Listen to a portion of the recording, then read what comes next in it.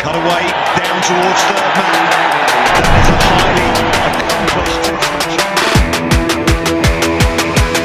ने बहुत गलतियां की हमारे हिसाब से। क्या थी वो गलतियां? सबसे बड़ी गलती थी जो टीम सिलेक्शन है। लॉर्ड वापस आ चुके हैं।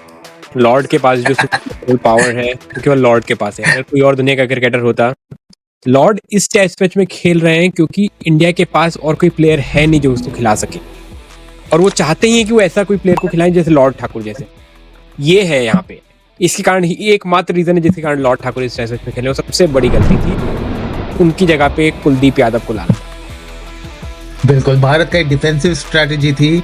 हो सकता है लॉर्ड ठाकुर कुछ रन बनाए, हो सकता है 1-2 विकेट ले ले, पर वो उस पिछले परफॉर्मेंसेस के बाद मतलब वो अपने तारों कहाँ से किस्मत वो लिखवा के लाए कि रेड्डी इंजर्ड हो गया। बिल्कुल लगा था कि भाई टेस्ट करियर खत्म लॉर्ड का, कहाँ से भाई किस्मत लिखवा के लाए लॉर्ड ठाकुर, और उनको ये वाला गेम भी मिल गया।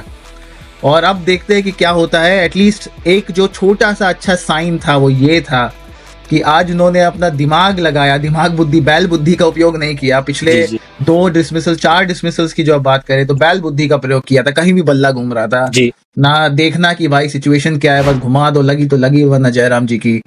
आज एटलीस्ट वो बैल बुद्धि का प्रयोग नहीं किया।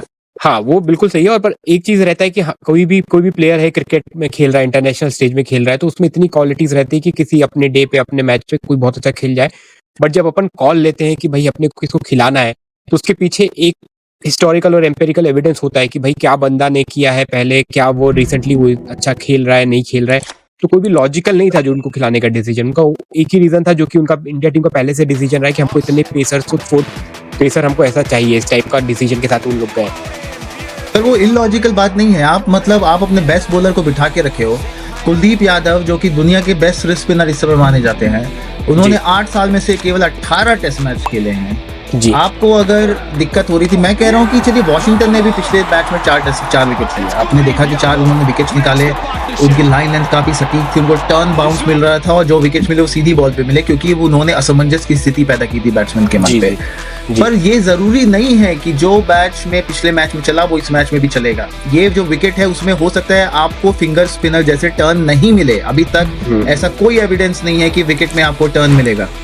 तो यहाँ पे मुझे लगा कि as a wrist spinner, England के दौरों में कई रिस्ट स्पिनर्स हैं जिन्होंने शानदार परफॉर्मेंस किए हैं। शेन वॉर्न जो कि फेमस थे ऐसे पिचेस में टर्न करने के लिए, आप क्यों नहीं उस रिस्ट स्पिनर को सिलेक्ट करेंगे? मुझे समझ में नहीं आती है बात। देखिए, रिस्ट स्पिनर रहता है वो एक तरीके से पिच को इक्वेशन से बाहर निकाल देता है कई बार। जो टर्न जो रहता है, जो फिंगर स्पिनर डिपेंड करता है कि पिच की जो हालत रहेगी, पिच रफ होगी तो मैं स्पिन कराऊंगा। तो रिस्ट स्पिनर के साथ एक फायदा हमेशा रहता है कि वो किसी भी सरफेस होता है उसमें वो स्पिन करा सकते हैं। उनमें एक वैरायटी भी रहती है, और इट्स नॉट लाइक कि नेचुरल प्लेइंग नहीं रहती है। तो लोग बाग को थोड़ा सा, बैट्समैन को थोड़ा सा रहता है कि वो सर्कमस्पेक्ट होकर उनके अगेंस्ट खेलते हैं और विकेट देने का चांस होता है। या तो वो सर्कमस्पेक्ट होकर खेलते हैं या फिर वो अटैक करके खेलेंगे।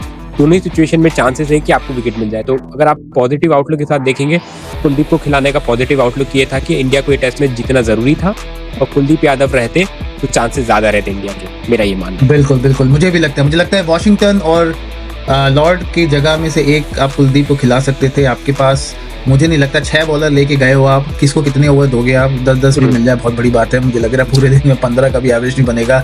आप ज्यादातर बॉलिंग आप बुमराह से करानी है, आपने सिराज करेंगे आपके 20 ओवर।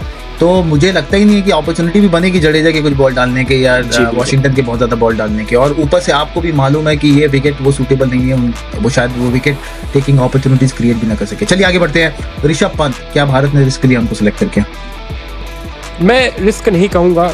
वो ऋषभ पंत एक मैच विनर है। जो अपन पॉजिटिव आउटलुक की बात करें तो उनको टीम में खिलाना was a right decision for me. But जिस तरीके की इंजरी हुई है, इट इज अनफॉर्चुनेट, और मेरे को लगता है कि आगे वो इस टेस्ट मैच में शायद ही पार्ट ले पाए, जो मेरे को देख के लग रहा था। बहुत बड़ा ब्लो है। मुझे लग रहा है उनकी बैटिंग, एग्री करता हूं, उनकी बैटिंग इतनी ज्यादा वाइटल थी, उन्होंने इतने रन बनाए हैं इस सीरीज में और ऐसे अग्रेसिव मैनर में बनाए कि उनकी बैटिंग बहुत ही क्रिटिकल थी भारत के लिए, वो भी इस स्थिति में। उनका इंजर्ड होना बहुत बड़ा ब्लो है। तो खिलाना तो उनका तय था। जरा सा भी मुझे लग रहा है कि अगर वो 90% भी फिटनेस अगर उनकी होती तो भारत खिलाती उनको। मुझे लगता है भारत ने खिलाया। मुझे पता नहीं पूरी तरह फिट थे कि नहीं थे, लोग ऐसा कह रहे हैं कि फिट थे खेलने से पहले। पर हाँ, ये इस इंजरी के बाद सोचना मुश्किल है कि उनका क्या पार्टिसिपेशन होगा। या reminder of the test match में मुझे उनका पार्टिसिपेशन बहुत डाउटफुल लग रहा है। मैं चाहूँगा कि मैं गलत हूँ इस बात को लेके, पर वो बहुत क्रूशियल थे।